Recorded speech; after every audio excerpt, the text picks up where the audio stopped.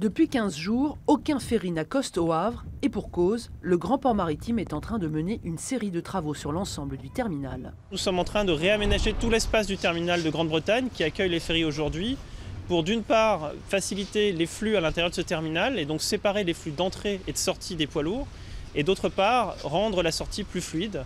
Donc ça signifie en réalité 1,5 million d'euros de travaux que le port investit pour être prêt et au rendez-vous du Brexit à la fin du mois de mars. Aujourd'hui, l'opérateur Brittany Ferries n'assure qu'une seule rotation par jour avec l'Angleterre. Au total, 30 000 camions transitent chaque année par le Havre. Mais avec le Brexit, la donne va changer. La compagnie de ferry a décidé de doubler ses liaisons avec la Grande-Bretagne pour absorber les flux qui s'annoncent.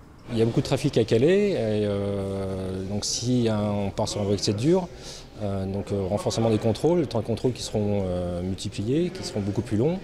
Donc il y aura forcément des embouteillages, donc on s'attend à un report sur le Havre. À partir du 30 mars, le ferry Etretat va donc faire 2 allers-retours entre le Havre et Portsmouth avec 2 heures d'escale seulement entre les rotations. Avec ces travaux, le Grand Port Maritime veut donc se garantir un trafic poids lourd le plus fluide possible. On a déménagé le parking des navigants pour récupérer l'espace pour aménager les flux sortis. Et donc ce parking qui était à cet endroit-là complètement ouvert au stationnement du public a été scindé en deux.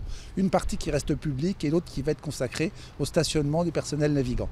Pour absorber le trafic poids lourd en augmentation d'environ 30% selon les estimations, le GPMH a investi près d'1,5 million d'euros dans ces travaux.